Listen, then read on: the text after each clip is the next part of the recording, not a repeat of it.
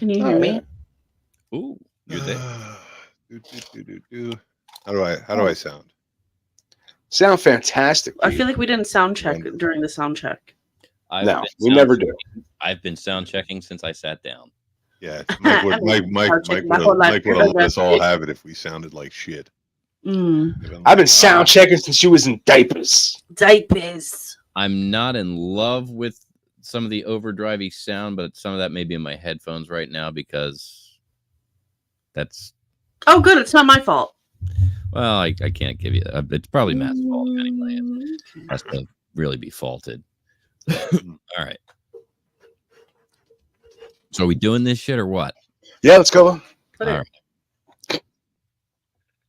This week on the Media Virus Podcast, Tesla's new feature, the Deer Slayer mode. Full self-driving system will hit a deer before it breaks. From viral star to viral test, Peanut the squirrel's rabies test puts his Instagram career on ice.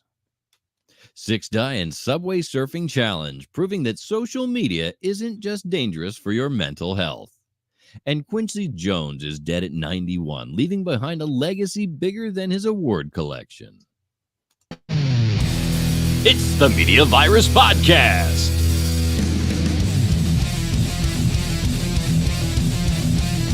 Let's point and laugh at the world burning around us with executive producer Mike Litoris. We're going to start over. BBC correspondent Stanley McFadden. Makes me tingly in an unfamiliar way. Grease Monkey Pete. Damn, Big Daddy. Here's the thing about the Media Virus Podcast. It's really well done. And now, spreading the sage nihilism of an aged Gen Xer, your host and mine, the star of our show, the incomparable Matty Rockdef.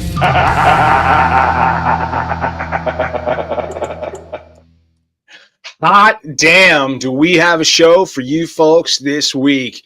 I am Matty Rockdef, the mattiest of all Rockdefs, and I am living proof that if you have a microphone and a dream, anyone can have a podcast. Speaking of, welcome to the Media Virus Podcast. We've got an epic episode lined up, so make sure that you like, subscribe, follow, and share this bad boy with all of your friends. But before we dive into the madness, I want to take a quick second to thank all of our new subscribers for showing up and showing love. Whether you're tuning in on TuneIn, YouTube, Facebook, Spotify, Apple Podcast, or if you're just checking us out on themediavirus.com, we see you and we appreciate you. Now, hold on to your hats, folks, because we're back taking calls live on the air. That's right. You can call us at 646-VIRUS-01. That is 646-VIRUS-01. And get yourself on the show, because if there's one thing we know, it's that you are a part of the show, too. So buckle up and let's kick this thing off right. You know? Kick. I for one, am glad that the election is over with. Yeah. And apparently Trump is the glass ceiling when it comes to gender equality. You know, he lost to Joe Biden in the last election, but Trump beats women. Wow. I mean, that's interesting. Can we quote you on that, sir? Yes. Probably. Oh, it's the best joke I come up with all day. it's good. I like It was. Thank Did you. it take all day? No. Nope. Took me all of. I woke up. I asked Facebook, "Hey, how'd the election go?" That started a shitstorm. And then let me guess. John Hager. No, not yet. Not yet. But and then I open up Google, you know, and it says Delaware election results. I'm like, fantastic. Oh, the lady one, I think. And I click on Delaware election results, and I look at the president, and it says Kamala Harris. And I'm like, oh. And I start reading, and I'm like, oh, wait a minute. This is just Delaware. Yeah.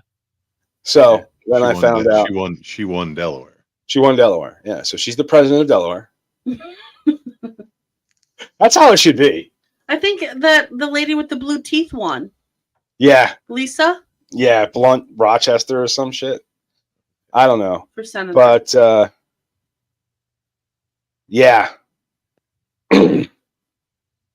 I was, backed by popular demand. Sarah McBride also won. Yeah, but the Congress race here. Yeah, but Trump was the first Republican in 25 years to get the popular vote. The popular vote. So the thing that I have a problem not just the Electoral College, this isn't a technicality, dude. The whole country said, yeah, him. So people are being like, what a great comeback. I'm sorry, a comeback? Like, don't call it a comeback. He ain't never left.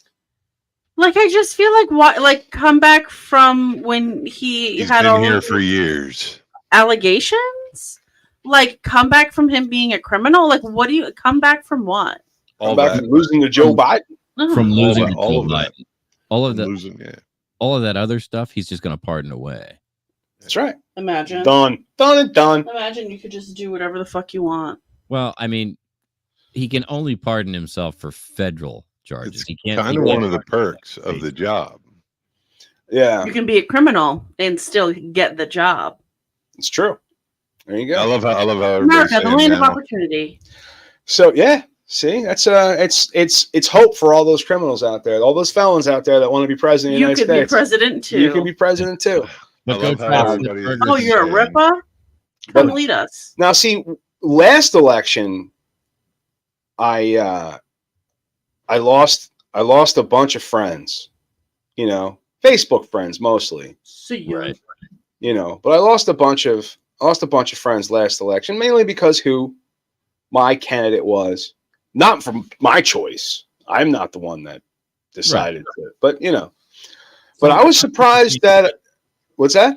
Some people can't handle disagreeing with someone close to them, and realizing that it doesn't make them necessarily a bad person, and you can differ politically and still be great friends. Yeah, it's possible. It is. That just reminded me real quick.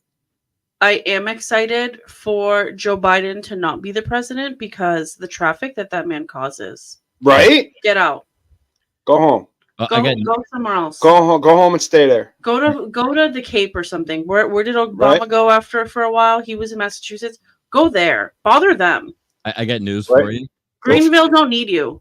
It's gonna get worse. Go fuck up track. Fuck up track. Oh yeah, because now he gets Secret Service protection for the rest of his life. Does he? Yes. Yeah. Every president does, except for Trump for some reason. Please live in Florida or something. Like, it won't be as weird. It'll be a little more low key, but yeah, he's protected for the rest of his life. So whenever he moves, he'll have an entourage. Well, let's hope he stays. I wish he would take the advice that why drive him around in SUVs that everybody knows to look for. Put that guy in a clapped out Toyota Camry or something. Yeah, be regular. Nobody would know he's here. An 83 Tercel with a fart can muffler. Yeah. So I mean, like I was saying, last election I lost a bunch. What? You're beating the hell out of that mic when you holler. Yeah. Oh, all right. Stop giving me reason to holler. I'm like my dad. But I lost a friend over this election. And bye. Yeah, I was, and it's weird because I don't even know where it wasn't even. It's not from a difference of opinion, And I kind of want to get your guys' opinion on this. And this is the text I got last night, right? Oh, not receipts. And I was like, "Oh, what are your feelings on the election?" And I'm trying to ignore it. I don't enjoy that tension of waiting for something. Right. And then he goes, well, how long did you have to wait in line to vote? It's a pretty innocuous question. And he says, I got to the polls shortly after 6 and waited almost an hour. And then a person he knows went in the afternoon and waited a little more than 2 hours. And I said, I went at 9:30 this morning and it was clear. I walked right in and voted. He said, damn, I wish I had that experience. So I jokingly quipped, move to Delaware, Please don't. right? But a reasonable. Just a quip. It's you're texting. This Fuck is what yeah. things are.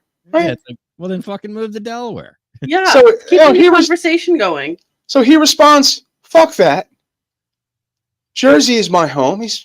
I'm from Jersey. This is a childhood friend. You gotta understand. This is a dude I've known 18 years. 18 years I've known this guy. I was born here and I plan on dying here. And then all I said was, and you got to deal with all the other assholes that say Jersey is their home. Hold on, I'm doing the math here. Yeah, isn't it 28 years, babe? 30 years. Right. 30 years. Like you're almost all right. Yeah, I'd like to okay. We don't have to remind me how old I am. literally. You were 18 when 10 years ago. Got it. The 90s. No, I was 18-ish. Right. All right. We don't have to. This isn't. Anyway. All right. Long standing. Now, also, you got to understand the things that we have said to each other, the horrible, hate-filled, vile things that we have said to each other in love, in jest, with a smile. With a smile. All right. Like that's your communication style. Like that. That's our love language. Ew. You know what I mean? That was you. But I'm dead serious. That was a love language. That was like I knew I could say whatever to him. Yeah, like if you weren't going that hard at him, he would feel like you were upset with him, or you, for whatever reason, didn't like. No, right. Now you got to understand that I debated doing this. I was like, do I want to do this because it's sitting on me? You know what I mean? But do I want to do this publicly? And I thought to myself, you know who would encourage me to do this? Him. Yeah. He would encourage me to do it. Probably. So that's what I'm doing. It's kind of like an homage. Okay. Not lighting a candle. Yeah, absolutely. So, but you got to also understand that this man, we have been called assholes and said, thank you. You're an asshole. Oh, thanks. Thank you. Okay. So then he gets upset, says, I didn't realize he's upset. Really, dude? That's like calling me an asshole. Now, again, You missed what your response was. Then you got to deal with the other assholes that say Jersey is their home, is what you responded when you said. That's what I said. I said that already. Oh, sorry. That's okay. Thank you for, right? But asshole is like a term of endearment. It's like when someone says, bitch. Yeah, and also, like, I meant it kind of like everyone else. Yeah. Like, everyone's got an asshole. They're all assholes. You know what I mean? Like, I wasn't. Right. I wasn't. And then she goes, that's like calling me an asshole. And I says, again, joking. Like, you think this is this whole thing. I think that we're just fucking around. It's lighthearted. Right. And I go, are you denying that? Like, are you denying you're an asshole? Like, are you going to look me in the face and tell me you're not an asshole? You really going to try that? Like, I've known you 30 years. You're going to try to tell me that you're not an asshole? I know you're an asshole. Look, I'm an asshole. All of my friends, if you're not an asshole, you're not my friend. That's just... Yeah, I get that. You know what I mean? I know exactly who I am. And it's one of those things where, dude, if he would have insulted my intelligence, if he would have attacked if he would have attacked my sexuality, if he would have insisted that I had an insignificant genitalia, okay, if he would have insulted my mother, these would have all been acceptable, yeah, and responses. If he would have weight, looks, whatever. Yeah. Matt, I can't move to Delaware. I don't want my penis to shrink like yours. Right.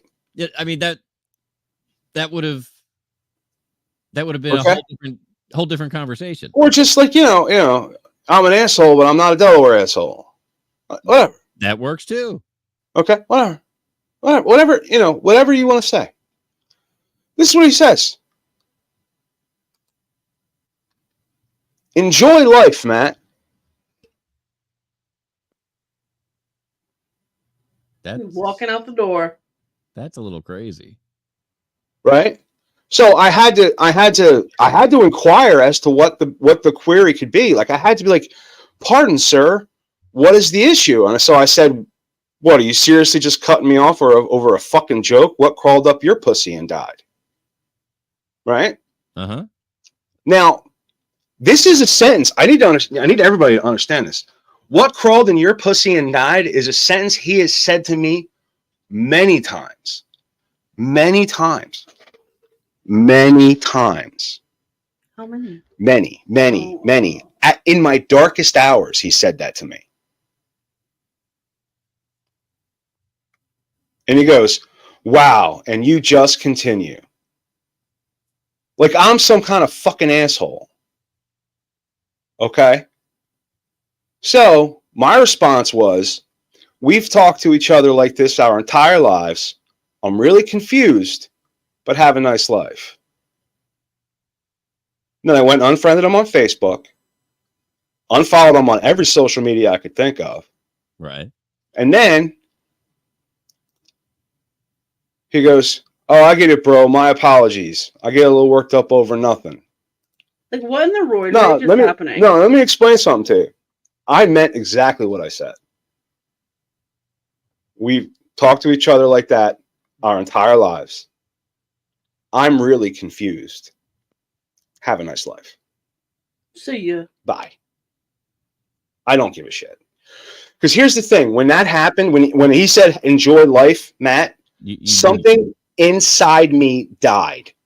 It killed me. My fight or flight reaction, I was tearing. Yeah. No, he abandoned me. He threw me overboard in an instant. And in an instant. And it showed me exactly who he is. And I don't want to put words in your mouth, but I think you do care. We wouldn't be having this conversation if you didn't. No, I care. I don't care to speak with him. Right. I care to speak. I care to tell people how I feel. I don't worry about him seeing this. He's never watched an episode of anything I've ever done. I didn't lose a fan. Okay? I didn't lose a viewer. I didn't lose a follower. I didn't lose an income stream. I didn't lose a sexual partner. A whole bunch of shit I didn't lose. I'm fine. So that's all I got to say about that. 30 years. That's crazy. Yeah. And here's the thing is I've thought about this. I would rather just leave the memories fond than create any new animosity. And that's wise and adult. You know, that's it. That makes one of us. You don't need to jab the tip of a knife in there and rock it around. No, you can. I don't. I really don't. Let the cut heal and move. Mm-hmm.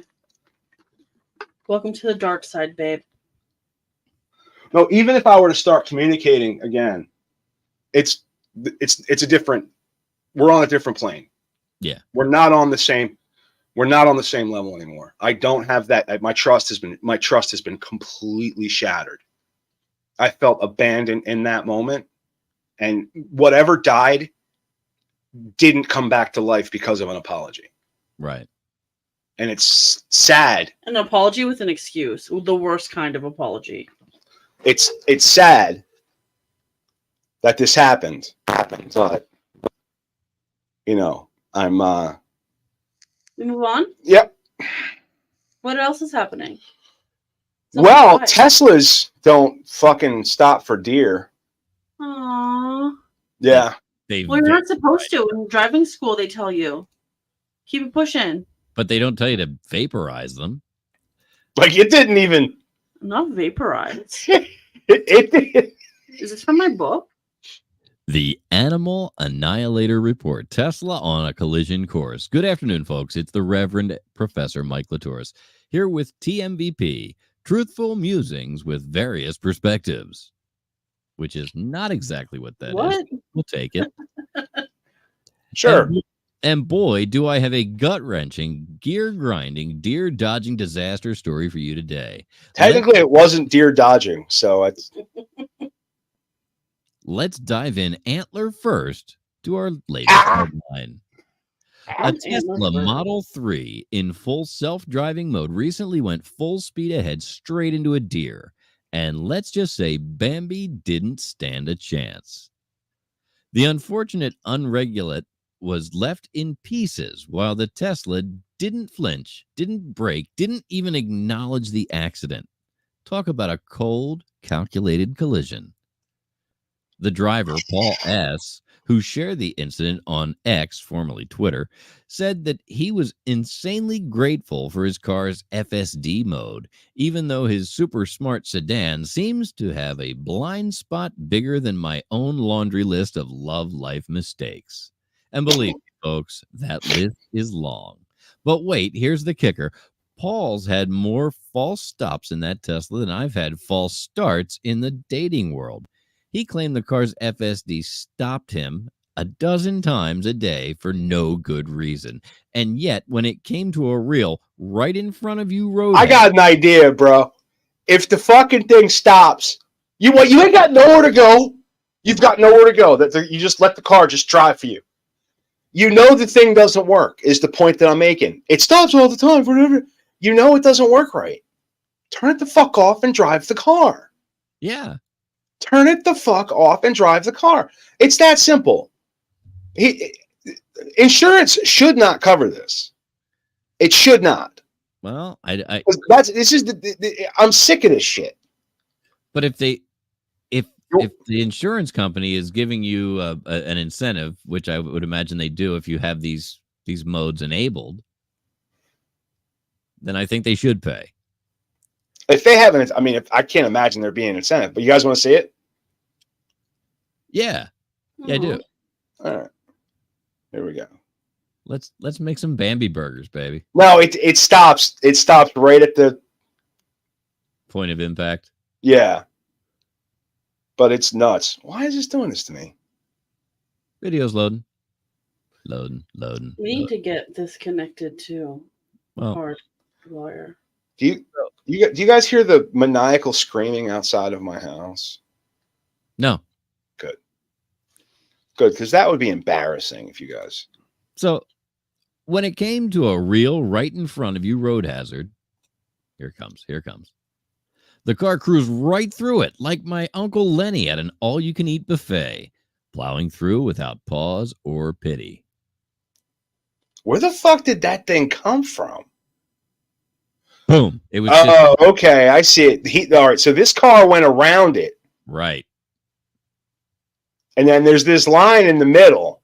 Boom. And that son of a bitch is right on that line.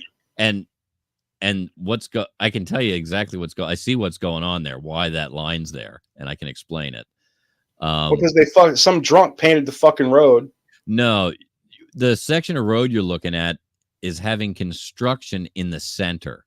That barrier in the center has been moved to the right somewhere in the neighborhood of 6 to 10 feet. And all the lanes have shifted. If you look down the center of the lane on the left, you can see eradicated skip lines. Lines that you can see where they're ground off. And you can see the that line you see where that deer's standing. That's the eradicated shoulder line that used to be right there. Right up that deer's ass, dude. Which there you have then you see see what's going on. Dude, that deer had no idea it was coming. Nope. And you've got that new pavement joint where they paved the shoulder so that they could move traffic over for the construction. So this is in a construction zone as well. Yeah, don't use your FSD, or FDS, a fat dick sandwich. What's it called? FSD. FSD. All right, go ahead, man. We'll get back to it. Sprunt. It's called Sprunt. Sprunt. The car cruised right through it like my Uncle Lenny at an all-you-can-eat buffet, plowing through without pause or pity. Now, I don't know about you, but I'm starting to wonder if FSD actually stands for Find Some Deer. I mean, just last week, I tried using an app to dodge deer on my own road trip, only to end up dodging dinner dates instead. Story of my life, folks. Swipe left on this AI mishap.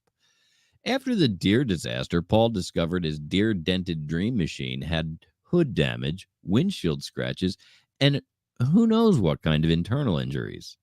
Tesla service. They're booked until January.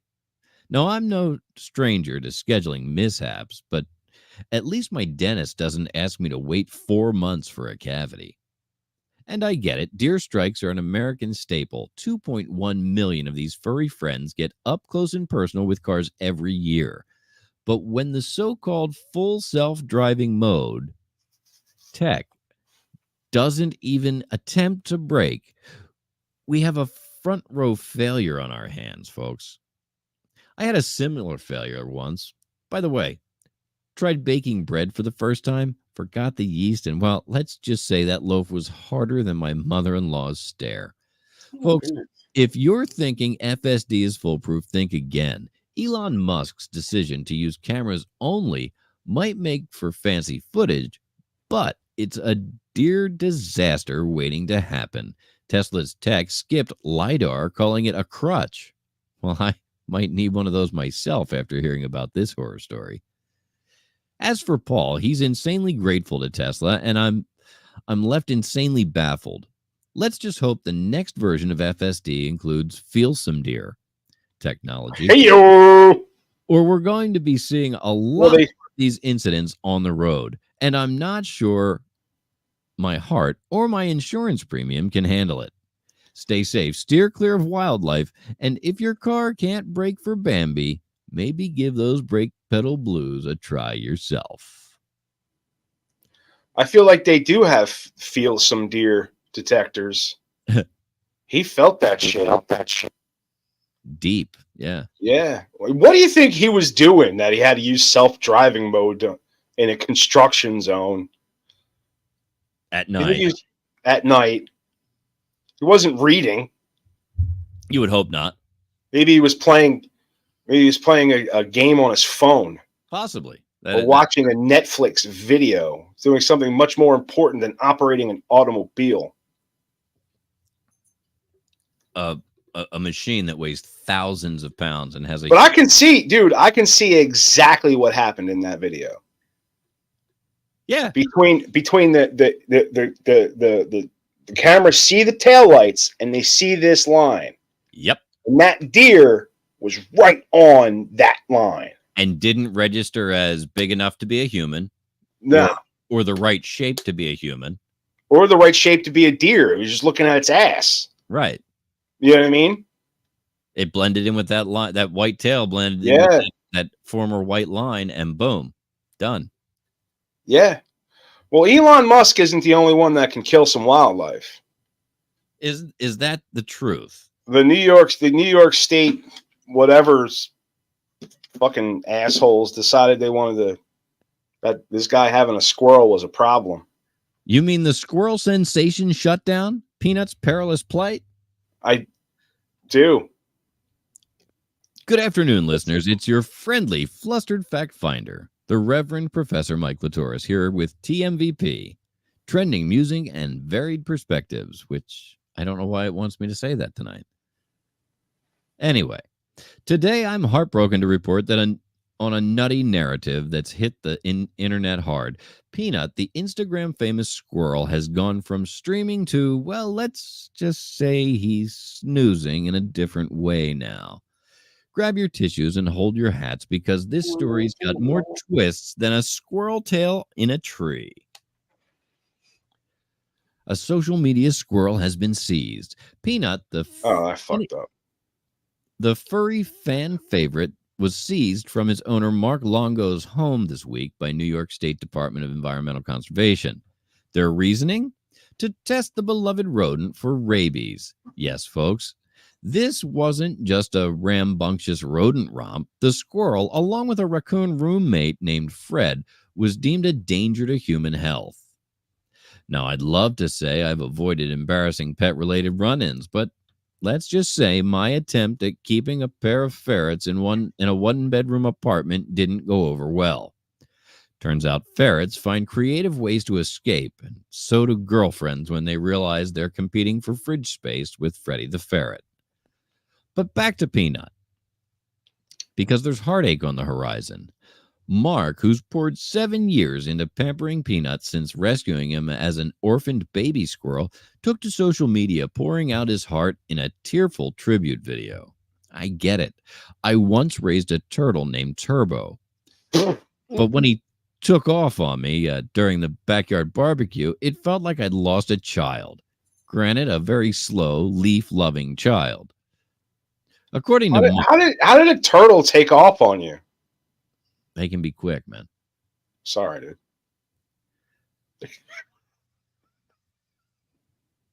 According to Mark, Peanut was practically internet royalty, boasting over 500,000 fans. I can't even get 500 followers on my own Insta without begging, bribing, or baking brownies as bait. Peanut's followers tuned in regularly to see the little guy munch on waffles and scurry around the house. More wholesome than most people's feeds, that's for sure. But now there's public outcry and pet protection policies. State officials insist Peanut's seizure was for public protection, although in my humble opinion, calling this an overkill isn't overstating things. It's almost as if they think Peanut was plotting to start a rabies revolution. The DEC even reported that one brave official was bitten by Peanut during the commotion. One brave official was bitten. That brave official. Sorry. I'm no stranger to biting incidents myself. My first and last hedgehog, Prickly Pete, used me as a pincushion every time I tried to bathe him. The things we do for love. Of course, this whole ordeal has left fans fuming, and Mark's been pleading for donations to his animal sanctuary, Peanut's Freedom Farm, founded in Peanut's honor. He's vowed to keep Peanut's memory alive by saving more critters, which is more than I can say for my cactus collection.